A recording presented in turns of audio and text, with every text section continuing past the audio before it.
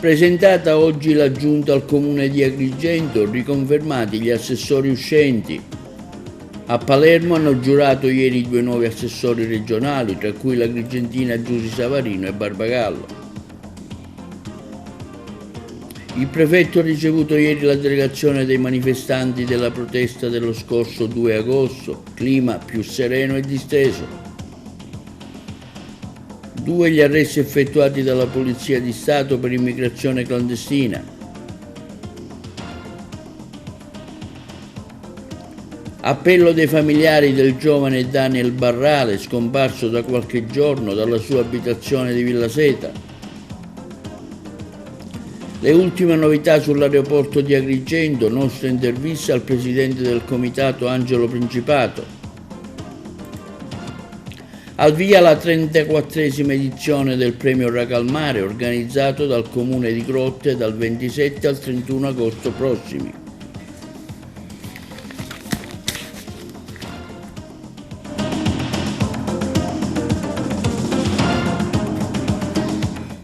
Buongiorno, benvenuti con un nuovo appuntamento del nostro TVA Notizie, presentata stamani la giunta al comune di Agrigento.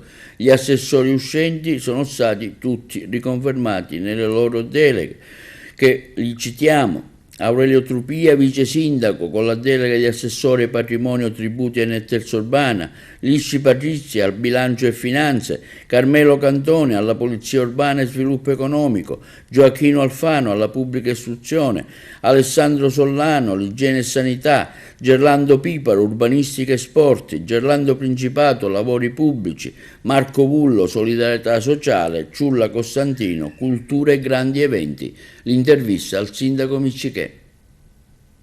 Sindaco, al via la nuova giunta, la conferenza stampa è per spiegare le ragioni di una giunta che è in fotocopia uguale a quella di prima. Che senso ha avuto fare tutto questo tran tran? Ma un senso l'ha avuto, e come se l'ha avuto, perché se ricordate c'è stato anche un po' di malumore nella maggioranza in consiglio, quindi ho voluto dare un segnale, ho voluto riunire anche tutti gli esponenti politici che stanno appoggiando la mia maggioranza. Si è trovato poi una quadra, finalmente non ho nulla da rimproverare ai miei assessori, li ho riconfermati anche per questo. Voi capite bene, a 15 mesi dalla scadenza del mio mandato, riniziare da capo con 9 assessori che devono riniziare da capo le varie procedure che hanno intrapreso i miei tra virgolette vecchi assessori, sarebbe stato assurdo, perché dobbiamo portare avanti tutte le istanze per la città. Mi interessa avere, ripeto, la maggioranza in consiglio. La quadra si è trovata, quindi andiamo avanti e speriamo che tutto vada per meglio. Questo riuscirà davvero a dare un forte impulso? Sicuramente sì, sicuramente sì. Nella sua determina scrive: dopo attente valutazioni politiche per il rilancio della città, mi faccia capire gentilmente dove sta, quali sono gli elementi da cogliere per cogliere in questa rimodulazione, non rimodulazione, il rilancio della città. Ma il rilancio della città, io intendevo l'approvazione del bilancio, l'approvazione del piano triennale delle opere pubbliche, intendevo il anche l'approvazione. Lei scrive nella sua determina sindacale, da 30 certo, adesso non ricordo il nome, dell'azione amministrativa della città. Per la prima volta a luglio, grazie al mio assessore Patrizia Lisci, noi avevamo il bilancio pronto. Naturalmente non aver approvato in consiglio il piano triennale delle opere pubbliche, non aver fatto il consiglio per approvare il PEF, per l'aumento Istat della Tari, questo ha bloccato l'approvazione del bilancio. Approvare un bilancio a luglio, mentre ogni anno viene approvato il 31 dicembre, era una grande conquista per Agrigento, perché poi tutte le azioni amministrative di ristrutturazione delle strade, dei marciapiedi, dove finalmente si può spendere non in dodicesimi, poteva essere fatto. Quindi ecco quella il rilancio che dicevo io. Funziona se lei avesse cambiato assessori e deleghe. Siccome ma il problema non è né degli assessori né delle deleghe. C'è stata un'incongruenza tra magari qualche consigliere e... Ecco, lei ha detto che ha trovato la quadra in consiglio comunale, dove per ben 3 volte è andato sotto in minoranza. Su cosa l'ha trovata la quadra? Cosa vuol dire? Spiega ai cittadini il senso di questo accordo con i consiglieri comunali. No, si è fatta una riunione, i consiglieri comunali hanno capito le esigenze che questa città ha e finalmente tutti insieme stiamo portando avanti un unico progetto, quello, come diceva anche ora poco fa il suo collega, quello di portare avanti tutte le azioni amministrative per la nostra Agrigento. Non ci possiamo permettere di bloccare degli interventi fondamentali, come si parlava poco fa, il piano triennale delle opere pubbliche, il PEF, l'aumento ISTAT e la TARI, che sono fondamentali e indispensabili affinché un bilancio possa essere approvato. Ripeto, a luglio non era mai stato pronto un bilancio e io devo ringraziare il mio assessore Patrizia Lisci che oltre a questo dovete sapere che ha messo su un'azione tale che i 3 milioni di euro da 21 anni fermi nelle nostre casse e ogni anno venivano portati in avanzo, finalmente il mio assessore Lisci le ha trovati, li ha liberati. Abbiamo chiesto un emendamento alla Camera a Roma che è stato approvato e quindi finalmente questi soldi potranno essere spesi per la sistemazione della città, marciapiedi, strade, decoro urbano, verde pubblico e pulizia straordinaria. Però queste azioni non si possono eseguire se il bilancio non è approvato. Quindi i consiglieri della DC che messaggio lancia? No, i consiglieri del DC sono sempre stati presenti in consiglio, hanno sempre garantito la maggioranza, posso solo ringraziarli. Sindaco, sulla protesta dell'acqua non ha detto niente lei, eppure ha interessato migliaia di cittadini che hanno manifestato. Io sulla protesta dell'acqua non dico niente perché io lavoro in silenzio con il presidente Renato Schifani che è sempre al nostro fianco e che si sta attivando tantissimo affinché questo problema venga risolto e penso che a breve sarà risolto. Arriverà più acqua ad Agrigento? Ma sicuramente deve arrivare più acqua. Quali sono le novità in questo senso? Se ce ne anticipa? Che si parla sempre arriva, ma all'atto pratico ancora la gente soffre. Vabbè, lì non conosco i particolari, si sta lavorando in una cabina di regia tra il direttore Cocina, il presidente Schifani e tutti gli altri organi, tra cui ci saranno anche gli esponenti di Sicilia Acque per avere una risposta chiara. Io da parte mia ho anche individuato 4 pozzi nel territorio di Santo Stefano di Quisquina, scusate, pozzi esistenti ma mai utilizzati. Ecco perché io è vero che non parlo, ma io le note che faccio non le pubblico. Già più di una settimana fa questa nota è stata inoltrata a Palermo. Questi 4 pozzi, ripeto, sono esistenti, devono soltanto essere incanalati nelle nostre condutture. Ma si parla di quasi 150 litri l'ora e 150 litri a secondo, che andranno a incrementare quello che attualmente non abbiamo. Siccome però abbiamo una riduzione seria. Sa che quei comuni godono del beneficio di legge della gestione propria. L'acqua è della regione, l'acqua è del demanio regione, l'acqua non è dei comuni. L'acqua attualmente perché a Bivona e altri che la gestiscono in proprio. No, ma questi pozzi che dico io non sono utilizzati. Sì. Bivona attualmente ci dà l'acqua della Giga Castello dove depura. Io parlo di pozzi nel territorio di Santo Stefano, che sono stati individuati, esistenti e non utilizzati. Il suo vice sindaco chi è? No, rimane tutto uguale, rimane il dottore, sì, le deleghe rimangono uguali perché, devo dire, non posso rimproverare nulla ai miei assessori. A Don Carmelo ha fatto una domanda devo farle. A poco più di un anno dalle elezioni, nella sua mente, nei suoi pensieri, c'è la voglia di continuare a fare il sindaco di Agrigento fino al... Lo deciderò nel 2025, ragazzi.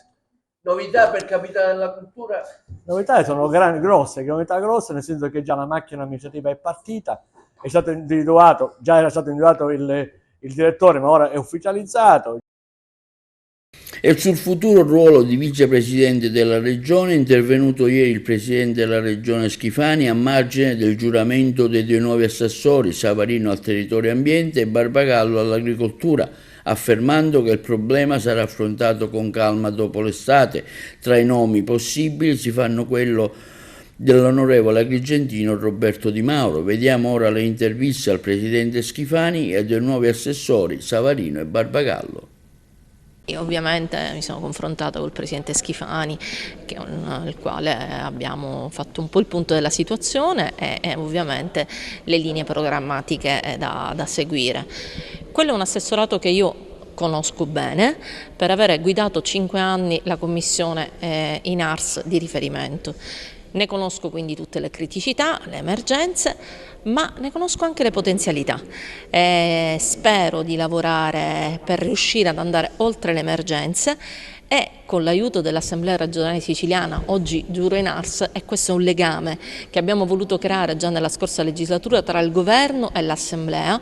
Questo legame deve continuare perché con questa sinergia, con questa collaborazione potremo riuscire insieme a dare una prospettiva di sviluppo anche attraverso i dipartimenti del territorio e dell'ambiente. I dossier sono diversi, ci sono alcune criticità ambientali legate alle discariche, legate ovviamente a Priolo, ma ci sono anche dossier sui balneari. Quindi sono in scadenza, bisogna capire come recepire la Bolkestein. Ci sono criticità sul corpo forestale, perché sapete bene il concorso che fine ha fatto, questa è una cosa che ha fatto molta rabbia, crea molta rabbia soprattutto in chi come me nella scorsa legislatura aveva lavorato per dare risorse, per aumentare la pianta organica, per metterlo in condizioni da quest'anno di poter essere più operativo. E il tema del personale è tutto in piedi. E così anche sull'ARPA, bisogna sciogliere il nodo nei rapporti con la sanità e dare prospettiva anche a un'agenzia che serve per la protezione ambientale ma che svolge ovviamente dei servizi essenziali a tutela dell'aria, dell'acqua, dell'ambiente e quindi sono tutte criticità che dobbiamo affrontare, alcune possono avere risposte più immediate, altre le dobbiamo costruire. Sì, è un momento molto grave per l'agricoltura siciliana, l'acqua è un momento fondamentale, l'approvvigionamento idrico per qualunque azienda, l'agricoltura irrigua è l'agricoltura da reddito e quindi senza acqua evidentemente siamo in crisi. Occorre superare questa emergenza e poi fare un piano a breve e medio termine per realizzare una serie di infrastrutture che ci consentano di risolvere definitivamente il problema. Le infrastrutture sono intanto rimettere in sesto le dighe, ci sono delle importanti opere per eliminare l'interrimento degli scarichi di fondo delle opere di derivazione, perché solo attraverso questo possiamo ripristinare una parte della capacità utile. Non ha senso levare tutto il fango che si è accumulato nel corso di 50-100 anni. Questo fenomeno è un fenomeno normale, gli invasi sono vecchi, ma invasi come per esempio quello del Dosturzo che ha 100 milioni di metri cubi non ha la necessità di eliminare tutto il fango, ma ha la necessità di ripristinare la funzionalità levando solo la parte relativa alle opere di scarico e alle opere di derivazione. Abbiamo necessità di fare 10 impianti in Sicilia, quelli più grandi, perché il riuso delle acque reflue comporta dei costi anche più elevati rispetto alle acque convenzionali per il piano di monitoraggio, per la salvaguardia diciamo anche della salute umana, e qualora che ci dobbiamo concentrare su pochi impianti nella Sicilia orientale, Catania e Caltagirone, che potrebbero servire la piana di Catania, nella zona occidentale Marsala, Trapani, Palermo, Castelvetrano che sta entrando in funzione. La nostra scommessa è vincere i tempi lunghi delle regole procedurali. Abbiamo un rapporto ottimale con il governo nazionale, non mancano le risorse da parte del governo nazionale, da parte del governo regionale nel contrasto alla siccità, agli incendi ed altro.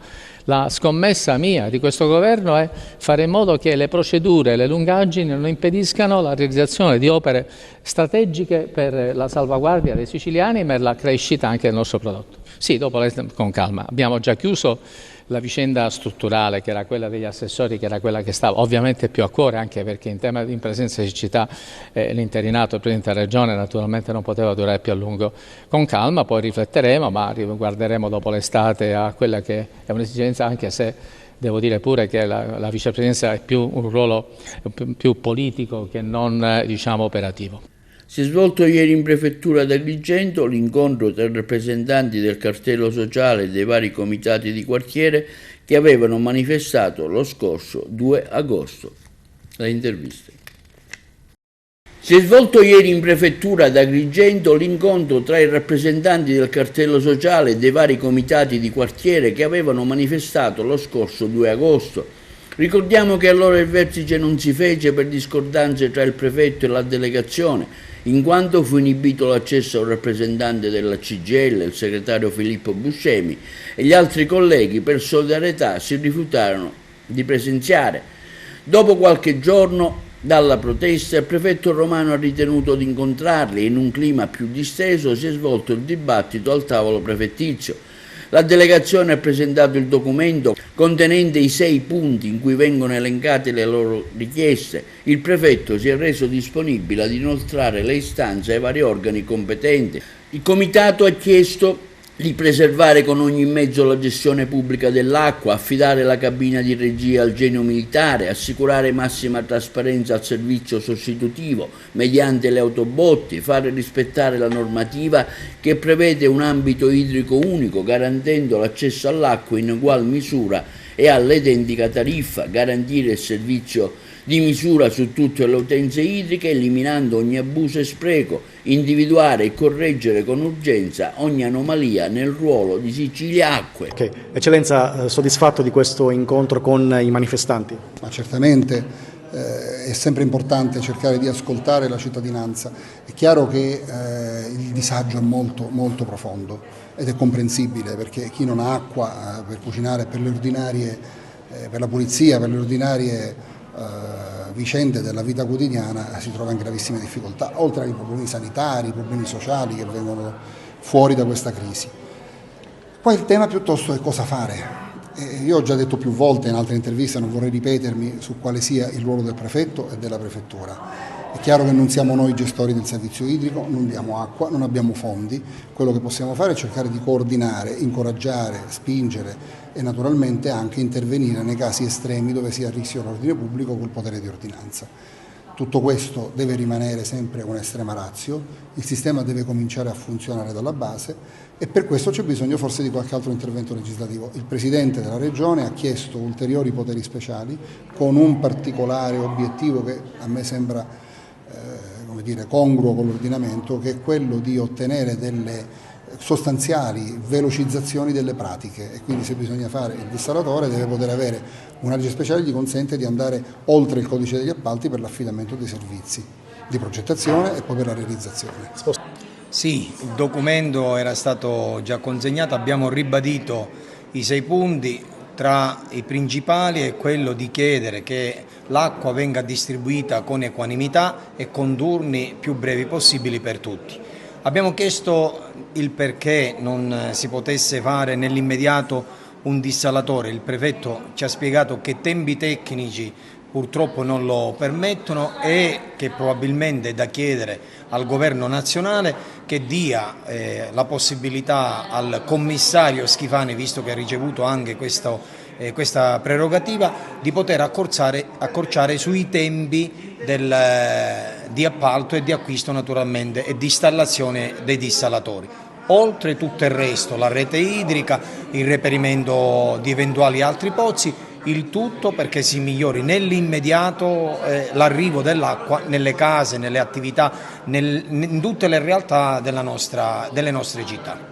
Alfonso, quale potrebbe essere la soluzione? Ma nel brevissimo termine bisogna trovare nuovi pozzi e collegarla alla rete idrica e accelerare al massimo le procedure che riguardano le opere di dissalazione, quindi o mettere mano al dissalatore di Porta Empedocle oppure di utilizzare dei mini dissalatori, però come ha detto precedentemente Don Mario, servono il governo centrale deve concedere dei poteri speciali alla regione affinché siano semplificate al massimo tutte queste procedure e bisogna coinvolgere anche tutta la deputazione che deve dare una mano, perché siamo tutti sulla stessa barca, quindi anche la deputazione faccia pressione affinché questi poteri speciali siano concessi alla regione, altrimenti l'emergenza non potrà essere affrontata con degli strumenti adeguati. È un incontro importante anche perché, chiarisco anche questa cosa, per noi le istituzioni sono gli interlocutori, quindi gli interlocutori nel territorio in che viviamo. Quindi è importante che questi interlocutori parlino con noi direttamente e si facciano portavoce, perché questa è la figura e questo è il motivo per cui noi siamo venuti qua a parlare con il prefetto, perché lui possa essere anche portare le nostre voci, il nostro grido, il nostro allarme nei posti in sede regionale e nazionale. E in merito allo snellimento per il rilascio dell'autorizzazione all'attingimento del prelevamento idrico, il prefetto di Agrigento Romano manifesta la piena condivisione in merito alla circolare del 29 luglio scorso a firma dell'assessore regionale alle infrastrutture, con il quale è stato disposto lo snellimento delle procedure burocratiche finalizzate al rilascio delle nuove licenze di attingimento. In virtù del provvedimento per l'intera durata del periodo dell'emergenza, l'attività in parola potrà essere intrapresa a partire dal quinto giorno successivo alla prenotazione della relativa istanza all'ufficio del Genio Civile. Si potrà pertanto mitigare la severa crisi idrica che è in atto a Tanaglia, questo ambito provinciale. Il dottore Romano ha poi trasmesso il documento a tutti i sindaci della provincia, invitandoli a prenderne completa e attenta visione con preghiera di massima diffusione nei confronti dei dipendenti degli uffici tecnici comunali. E nella mattinata di oggi la Polizia di Stato ha dato esecuzione a 2 provvedimenti di fermo di indiziato di delitto emessi dalla Procura della Repubblica di Agrigento nei confronti di 2 cittadini originari del Sudan e Sud Sudan sbarcati a Lampedusa lo scorso 2 agosto. I predetti sono ritenuti responsabili del reato di cui all'articolo 12 perché in concorso tra di loro e con altri soggetti allo Stato non identificati residenti in Libia avrebbero compiuto atti diretti a procurare legalmente l'ingresso nel territorio nazionale di 15 migranti, prevalentemente originari del Bangladesh. I 2 indagati hanno condotto e governato, tracciando la rotta, un'imbarcazione in legno avente la lunghezza di circa 7 metri, priva di carburante necessario a giungere a destinazione. In tal modo hanno esposto le persone a pericolo della loro vita e della loro incolumità. Da qualche giorno non si hanno notizie di Daniel Barrale, 28 anni, di Agrigento, del quartiere di Villaseta. L'appello dei familiari. Sembra essersi dissolto nel nulla un giovane agrigentino sparito da 10 giorni. La famiglia preoccupata ha sporto denuncia ai carabinieri di Agrigento. Si tratta di Daniel Barrale, 28enne, residente nel popolare quartiere di Villaseta. È stata la sorella a scrivere un appello sui social. È da 10 giorni che non abbiamo notizie di mio fratello Daniel, scrive. Non ha telefono e non riusciamo a contattarlo. Per favore a tutti i miei amici chiedo. Chiunque lo dovesse vedere o avere notizie, mi contatti. Siamo disperati. E poi l'appello. Daniel Barrale, se leggi questo messaggio torna a casa ti prego. A momento non è stato ancora stabilito se Daniel possa essersi allontanato da casa volontariamente. E proprio al fine di accertare cosa possa essere effettivamente accaduto, gli inquirenti stanno setacciando la vita e gli ultimi movimenti del giovane. Strage di Altavilla al culmine di un esorcismo, via alla perizia psichiatrica su Giovanni Barreca, il servizio da Palermo. Avvocato, il GIP di Termini Imerese durante un incidente probatorio ha nominato i consulenti che dovranno stabilire se Giovanni Barreca, accusato di aver ucciso sia la moglie che i 2 suoi figli, sia capace di intendere, di volere e poter sostenere il processo. Chi sono e come si muoveranno? Il dottor Tona, il dottor Micale e la dottoressa Caruso sono i primi 2 psichiatri, la terza è una psicologa, psicoterapeuta. E loro viene domandato ai consulenti, ai periti di capire, insomma, di accertare la sussistenza o meno di una capacità di intendere e volere, ovviamente sia al momento dei fatti che diciamo l'aspetto più importante, naturalmente, se il signor Barreca era nelle condizioni di capire quello che stava succedendo, quello che si stava verificando all'interno della sua abitazione. Ma qual è la situazione attuale, fisica e psichica, di Giovanni Barreca? Dove si trova in questo momento? Barreca è sempre nella condizione delirante che lo contraddistingue ormai da mesi, se non addirittura secondo quello che dicono i miei consulenti, la dottoressa Abruzzoni, consulenti di parte, la dottoressa Abruzzoni e il dottor Caputo, è una condizione delirante, un delirio mistico che lo segue ormai da anni, da tanti anni, non è soltanto in questo ultimo, non parte da questo ultimo anno. Il collegio peritale dovrà accertare, dopo una serie di incontri, di visite, di test ai quali verrà sottoposto il Giovanni Barreca, capire appunto se c'è questa problematica, questa patologia mentale. Ma quindi, avvocato, su cosa punta la sua difesa? Ad accertare, i miei consulenti hanno ovviamente già hanno accertato questa incapacità totale di intendere e volere. Ricordiamo chi sono i consulenti da lei nominati? Io, la dottoressa Roberta Bruzzone e il dottor Alberto Caputo. Il secondo è un psichiatra e la prima è la ben nota, insomma, criminologa, psicologa forense. E invece quali sono le novità che riguardano i presunti complici, Sabrina Fina e Massimo Carandente, anche loro in carcere dall'11 febbraio?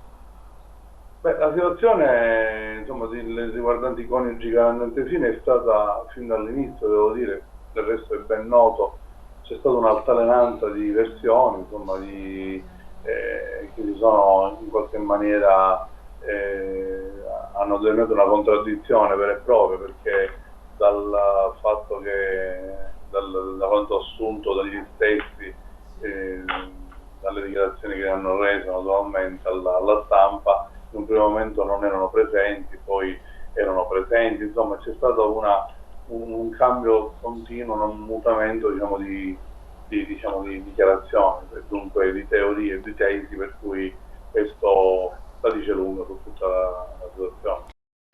E il sindaco Castellino di Palma di Montechiaro si è complimentato con i due bagnini che nel pomeriggio di ieri hanno salvato un signore che per via della forte corrente non riusciva a tornare a riva. Il servizio.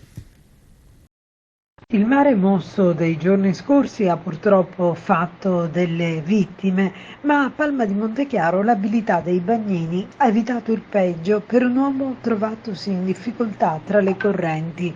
Proprio per questo il sindaco di Palma di Montechiaro, Stefano Castellino, si è complimentato con i due bagnini, Natale Onolfo e Morena Rubino, della Mediterranea MBO di Palma di Montechiaro, che in località Manica Ciotta, Gaff, Palma, hanno tratto in salvo un signore che a causa della corrente forte non riusciva più a tornare a riva. Salvataggio perfettamente riuscito tra gli applausi dei bagnanti presenti. Grazie di cuore e complimenti ai nostri angeli del mare, continua Castellino. Raccomandiamo a tutti la massima attenzione per poter vivere in serenità le nostre meravigliose spiagge e il nostro stupendo mare.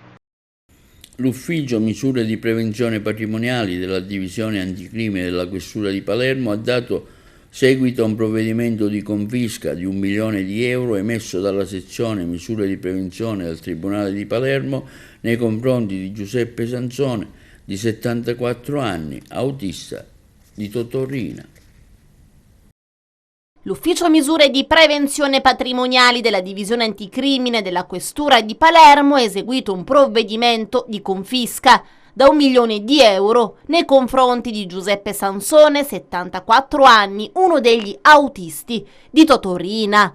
Sono passati così allo Stato un'azienda edile di proprietà del figlio con sede a Palermo in zona Uditore, diversi rapporti finanziari a 6 auto, applicata anche la sorveglianza speciale di pubblica sicurezza con obbligo di soggiorno per 4 anni e 6 mesi. Sansone, detenuto, è un esponente di spicco della famiglia mafiosa di Uditore, storicamente inserito nel mandamento mafioso di Passo di Rigano, Bocca di Falco. Negli anni 90 è stato condannato per associazione mafiosa. In particolare si rileva il suo ruolo di soggetto stabilmente inserito nel sistema di spartizione degli appalti dell'organizzazione mafiosa Cosa Nostra, nonché di uomo di fiducia del boss Salvatore Rina, per il quale si è messo a disposizione durante la sua latitanza come autista. In seguito alla cattura del boss di Cosa Nostra, Rina, avvenuta nel 1993 durante la perquisizione effettuata all'interno dell'abitazione presso la quale lo stesso ha trascorso l'ultimo periodo di latitanza, sono stati ritrovati appunti manoscritti con riferimenti anche ad altri membri della famiglia di Giuseppe Sansone. L'indiscussa pericolosità di quest'ultimo è stata anche sancita da una confisca di beni emessa nei confronti del fratello, essendo stato riconosciuto come l'attività dei due fosse funzionalmente collegata a manifestazioni di condizionamento mafioso per l'aggiudicazione di pubblici appalti. Il ruolo operativo di Giuseppe Sansone emerge dalle indagini passate come da quelle recenti, a testimonianza della sua influenza imprenditoriale esercitata con continuità dagli anni 80-90 sino ad oggi e caratterizzata dall'utilizzo della forza intimidatrice esercitata da Cosa Nostra nel campo degli affari, in special modo nel campo dell'edilizia. In ultimo, la figura criminale del Sansone emerse in seguito alle indagini confluite nell'ordinanza di custodia cautelare penale eseguita nel luglio 2019 dalla locale squadra mobile nell'ambito dell'operazione New Connection nei suoi confronti, nonché di altri esponenti del mandamento mafioso di Passo di Rigano Bocca di Falco. Per i fatti oggetto delle suddette indagini, Sansone è stato condannato in primo grado alla pena di 11 anni e 8 mesi di reclusione in quanto riconosciuto colpevole dei reati di intestazione fittizia e di associazione di stampo mafioso, nonché per aver partecipato a numerosi incontri, summit, con esponenti di rilievo di Cosa Nostra appartenenti anche ad altre famiglie. In particolare la società oggetto dell'odierna confisca, costituita nel 2006, dello stesso Sansone unitamente alla coniuge, nel 2008 è stata trasferita al figlio, nonostante lo stesso non disponesse dei redditi sufficienti per far fronte all'investimento necessario per l'acquisto delle quote della società stessa. Inoltre, ulteriori indagini hanno consentito di accertare che anche dopo la cessione dell'azienda, la gestione di fatto della stessa è rimasta pienamente in capo allo stesso Giuseppe Sansone, il quale ha continuato ad occuparsi di procacciare lavori alla società, di decidere in ordine all'acquisto dei beni strumentali, all'assunzione anche degli operai, nonché di curare rapporti con i clienti e i fornitori. Linea alla regia per la pubblicità. Sarà il fine settimana più caldo, quello prossimo, con punte che arriveranno anche a 43 gradi al sud. Ce ne parla meglio Margherita Trupiano. Si avvicina Lucifero che segnerà il prossimo weekend, che sarà con molta probabilità il più caldo dell'anno, con 43 gradi al sud e 40 al nord. Il caldo non dà tregua, dunque non risparmia né il sud né il nord della penisola. L'alta pressione di origine subtropicale infatti non abbandonerà l'Italia per i prossimi 7 giorni, quindi saranno giornate da trascorrere al mare o nelle quali evitare di uscire nelle ore più calde, facendo molta attenzione all'idratazione e in particolare alle fasce più delicate della popolazione, anziani, bambini ma anche indigenti che non dispongono di strumenti per fronteggiare la calura. Le temperature, spiega il meteorologo del meteo.it, saliranno di qualche grado fino a domenica, determinando molto probabilmente, come annunciato, il weekend più caldo del 2024. Tra sabato 10 agosto e domenica 11 sono previste massime fino a 39 e 40 gradi anche al nord, mentre al sud, soprattutto nelle zone interne delle isole maggiori, saliremo di nuovo a 42-43 gradi come in Libia e in Tunisia. Ma sarà soprattutto da venerdì che il livello del termometro si impennerà con il caldo estremo. Tendenza dunque anticiclone africano sempre invadente, con tempo soleggiato e molto caldo. Quali le ultime novità sul futuro aeroporto di Agrigento? Lo abbiamo chiesto al presidente del Comitato Civico Infrastrutture e dell'aeroporto della fascia centro-meridionale della Sicilia, Angelo Principato. L'intervista. Presidente, che novità abbiamo in merito al futuro aeroporto di Agrigento? Lei segue la materia passo passo, ecco, ci aggiorni? L'aggiornamento è che praticamente sono state presentate le integrazioni che l'ENAC chiedeva per poter portare la pista a circa 2 km, 2 km e 2, con tutte le varie tavole che praticamente necessarie per poter, completare l'iter. Questo è quello che mi sento di dire. Poi magari sarà presentato uno studio più particolare da altre società che praticamente si stanno mettendo a disposizione, con incarico sempre del commissario straordinario Giovanni Bologna, e spero che praticamente a presto, io credo che entro questo fine mese dovranno essere completate tutte le tavole per poter così l'ENAC portare avanti il tema, diciamo, di questa infrastruttura. Ecco, c'è un interesse da parte di diverse forze economiche alla struttura? Ma sì, perché praticamente abbiamo chiesto, perché si sono fatte avanti senza esitare a dare l'apporto gli indotti economici del nostro territorio agrigentino, quale Villa Atena e altre resort e così, e altre società che vogliono praticamente crederci e poter portare avanti questo. Insomma, un aeroporto d'élite, possiamo dire, fra virgolette. Sì, in effetti va contemplato come anche un aeroporto di élite, ma la cosa principale è dare praticamente una svolta a questo territorio della provincia di Agrigento e di Caltanissetta. Ecco, lei ha raccolto anche le firme di tanti comuni che hanno aderito all'iniziativa, quindi vuol dire che è una probabile... No, non è una probabile, da quasi 4-5 anni che lavoriamo su questa infrastruttura. Abbiamo raccolto circa 43 delibere positive che i consigli comunali hanno approvato e che hanno praticamente hanno trasferito quest'atto indirizzo proposto da noi, approvato in Consiglio Comunale, al sindaco affinché si faccia carico di questa iniziativa. Lo stesso vale anche per Caltanissetta, 18 su 22 delibere che sicuramente porteranno aiuto a questa iniziativa. Ecco, ultimo step qual è affinché la struttura possa iniziare il suo... L'ultimo step è che l'ENAC valuta questa integrazione e che poi il MIT, il Ministro delle Infrastrutture, possa inserirlo nel piano nazionale aeroporti. A quel punto quindi la cosa, qual è l'iter? Si iniziano i lavori? No, praticamente si darà incarico per fare il progetto esecutivo e quindi io credo che praticamente la butto così, da 4-5 anni questa infrastruttura sarà realizzata e quindi praticamente possiamo dire che abbiamo dato un apporto significativo a queste due province. Tante le iniziative effettuate durante la Giornata Mondiale del Rifugiato 2024 organizzate dall'associazione TS Cometa. Sentiamo in merito un bilancio da parte di Emilio Agnello, responsabile della struttura. Emilio Agnello, Associazione Cometa ETS, un consuntivo della Giornata Mondiale del Rifugiato nell'ambito delle tante attività progettuali che avete organizzato?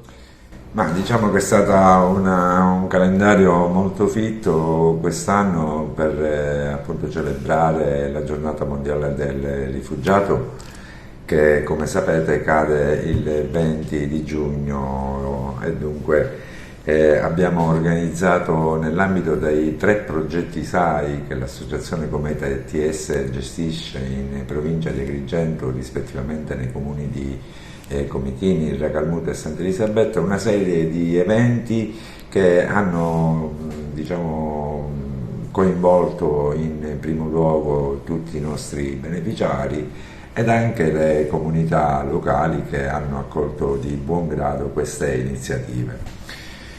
Abbiamo avuto eventi sportivi con dei tornei di calcetto e poi che appunto si sono svolti nei vari comuni, anche in particolar modo nel comune di Sant'Elisabetta. Poi vi è stato un incontro molto interessante anche lì di calcio con l'associazione Amici della Polizia, dunque con il coinvolgimento diretto della questura di Agrigento, appunto, che ci ha onorato del proprio patrocinio, della partecipazione alla nostra attività che si è svolta appunto al villaggio Peruzzo di Agrigento e successivamente invece abbiamo anche calibrato un po' le attività nei confronti dei nostri operatori con delle attività formative, con una convenzione con l'Università di Messina, e abbiamo avuto appunto l'onore di avere delle attività di aggiornamento tenute dal professore Pira e dalla professoressa Tarsia, che appunto hanno dato un ulteriore valore aggiunto alla formazione dei nostri operatori che, seppur esperienti, evidentemente bisogna sempre tenere il passo con le modifiche legislative e anche con le modifiche negli approcci con i nostri beneficiari. Poi abbiamo avuto anche delle attività, diciamo, ludiche, o comunque delle attività, siamo appunto andati a vedere alcuni film con i nostri beneficiari, dei film a tema estremamente interessanti che, come sappiamo, il cinema poi è un'attività estremamente interessante per tutti coloro appunto che vanno al cinema e che trovano sempre spunti futuri e di riflessione, per cui è un'attività che noi facciamo spesso con i nostri beneficiari e viene sempre molto apprezzata. In ultimo abbiamo avuto anche delle attività con il comune di Comitini, che appunto nella festa del tricolore. Comunque per trarre un bilancio, appunto, è stato sicuramente un bilancio positivo, perché comunque dare l'opportunità ai nostri ragazzi di vivere dei momenti diversi dal quotidiano, dei momenti appunto culturali, sportivi, è sempre un arricchimento molto importante e formativo nella creazione di questi nuovi cittadini, perché il senso di responsabilità che noi riteniamo è il compito che noi riteniamo di avere, è quello di formare dei nuovi cittadini che poi andranno per la loro strada, ma che devono avere degli imprinting iniziali e formativi e di educazione civica e di rispetto degli altri, di rispetto appunto sia della propria ma della cultura anche appunto degli altri. Questo è il compito che ci viene affidato dallo Stato, e questo è il compito cioè ogni mattina ognuno di noi si alza ben consapevole della responsabilità che abbiamo nei confronti dello Stato, nei confronti dei cittadini e nei confronti appunto di chi ha fiducia e ci accorda appunto la possibilità di poter portare avanti questi progetti. Al via la 34esima edizione del premio Racalmare Leonardo Sciascia, organizzato dal Comune di Grotte dal prossimo 27 agosto al 31 il servizio. Francesca Maccani con Agata del Vento, Eleonora Lombardo con Sea Paradise e Costanza Di Quattro con L'Ira di Dio sono le 3 scrittrici finaliste della 34esima edizione del premio letterario Racalmare Leonardo Sciascia Città di Grotte.